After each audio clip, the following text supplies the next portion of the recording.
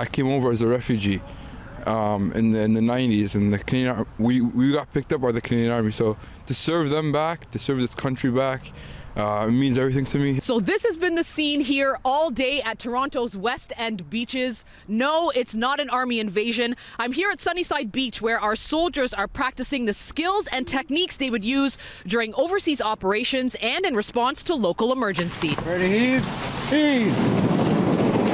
Exercises like this one, where they're practicing assault water crossing, help soldiers utilize their skills in realistic urban environments like Toronto, where they've been called to act and may be called to act again in the future. Essentially making sure that we can use our boats, they're all usable.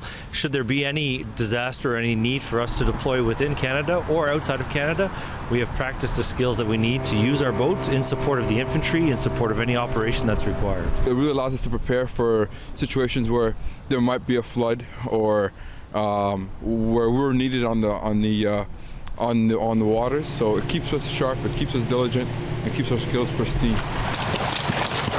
32 Combat Engineering Reserve is Canada's oldest reserve engineering regiment and is made up of volunteers from all walks of life. We're very diverse here. We have firefighters who work here. We have people who work from the trades. We have people who work security. We have people who do regular civilian jobs, and they choose to come here and to work and to serve in the Canadian Reserve Unit. They've contributed to several military efforts, including the response to Hurricane Hazel in 1954, the ice storms of 1998 and 2013, as well as the unforgettable 1999 Toronto snowstorm.